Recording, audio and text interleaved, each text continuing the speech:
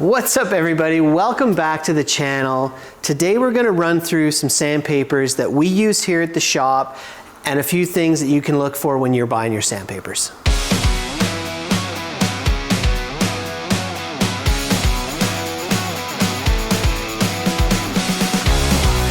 Okay guys, at the shop we're using 3M Cubitron sandpaper in Hook It in 6" for our DA and in our 2 3/4 inch board paper. We're also using 3M's blue abrasive with the Stick It for all of our acrylic blocks. So we're using a combination of both items, and these are our main go-tos for blocking and for sanding.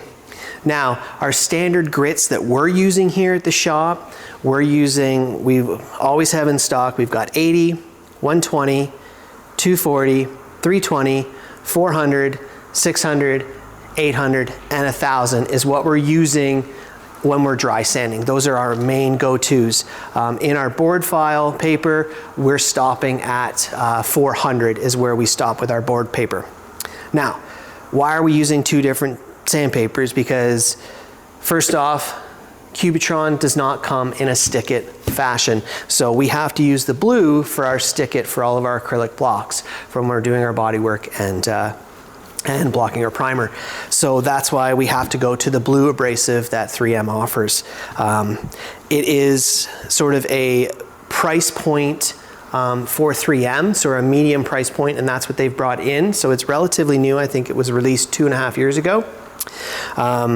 And they've brought it in for that price point. Now, some of the differences, or the main difference between the blue abrasive that 3M is offering and Cubitron is a full ceramic grit, and the blue paper is a ceramic aluminum blend, and that's kind of the difference. So the full ceramic is a little bit more money, but it's going to be there. It's going to give you a more uniform, even cut, and it's going to be a longer lasting paper.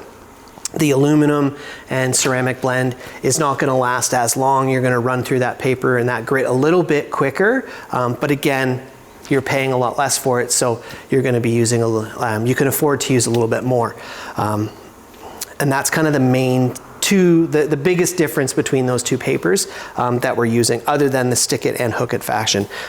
Now the blue does come in a Hook It for 3M. They offer it in 6" and 2 3/4 board paper in a Hook It as well, like the Cubitron does. And it also comes in a vac hold paper so that you can use a vac system and keep a lot of that, your shop cleaner and stuff, so that it does come with that offering. 3M also offers, all of their stuff is in a P grit, and then you'll always see that P in the lead up before the grit. And what that is that's a universal standard and rating for the distribution and everything of those ceramic particles that they're putting on. So that's kind of it's a universal rating that comes from Europe that they use instead of they don't use an American one. I forget what the American standard is, but that's what that P stands for, just to show you what that is and the makeup of everything that they're, the standard that they have to meet, so that that particulate size or particle size is uniform across the paper, so which is going to allow you to use it a lot more efficiently. All right guys, next difference is between 3M's line of paper and really for any other sandpaper you are buying is the weight of the sheet that they're actually adhering the grit to. So we've got two here with the Cubitron. This is 400 grit, and you can see the flexibility of that.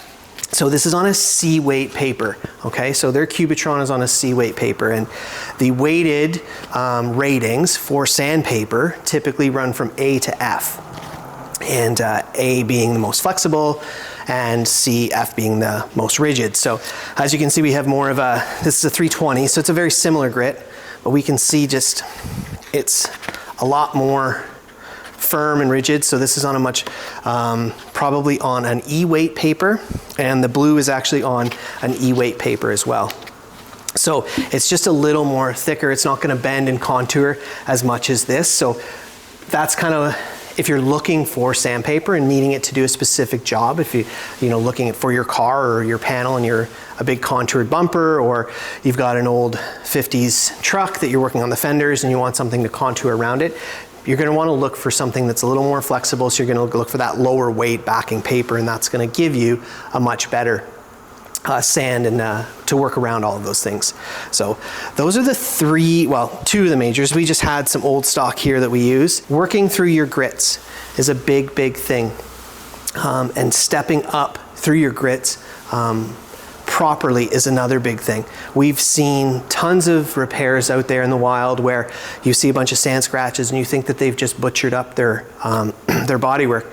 And really they haven't. They've probably done good body work. They just haven't either A, followed through the stages of their grits and maybe jumped a little too far. Maybe they didn't use a guide coat to see that. The best way to make sure you're going to get through is to step through your grits. So if you're going to be going at something with 240, you're going to be moving up to 320. 400 is not going to be aggressive enough to get out a lot of those 240 sand scratches. You might end up having to work it too much and then digging out much more of your bodywork that you don't need. And same with if you're going from 80, you're not going to go from 80 to 240. You're going to jump into 120 or 180. And then those should get those sand scratches out. So for us, we use 80, then we'll move to 120, then we'll move to 240, then we'll move to 320. And that's how we step through our grits to make sure that we're gonna remove all of the previous grit sand scratches so that we don't end up with that sinkage down the road in our repair. And also we use guide coat, and that's the best way to make sure as well, is using that visual and having that visual technique. Now another sort of thing that we noticed because we were using both sandpapers is that we had to step up our grits. So if we were using typically a 240 in the blue, we would then be using a 320 in the purple.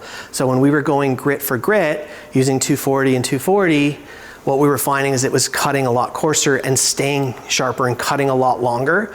So we were actually getting a much deeper sand scratch. So we don't have to go as coarse when we're using the Cubitron versus when we're using the blue. So it just really helps, and that makes a big difference when we're getting into primer. So when we were cutting our primer, opening it up with 320, we were just creating a bunch of extra work to block out with 400 that we didn't need to. So with the Cubitron, if we go to 400, we can block that primer out, and then we can get those sand scratches out with 400 on a machine and an interface pad.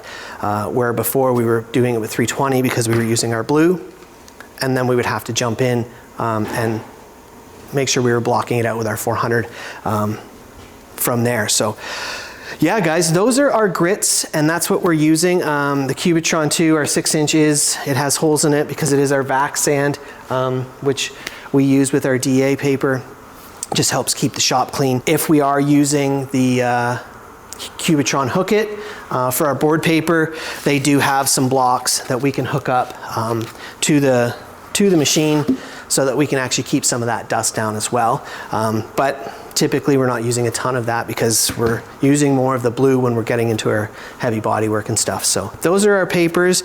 If you've got any questions or we didn't hit any topics or we've sparked some more questions, feel free to leave them down in the comments. Hit us up, ask away. We'd love to help you out and answer those questions, especially when you're out buying some sandpaper and looking to work on your job at home. Thanks a lot, guys, and we'll catch you in the next one.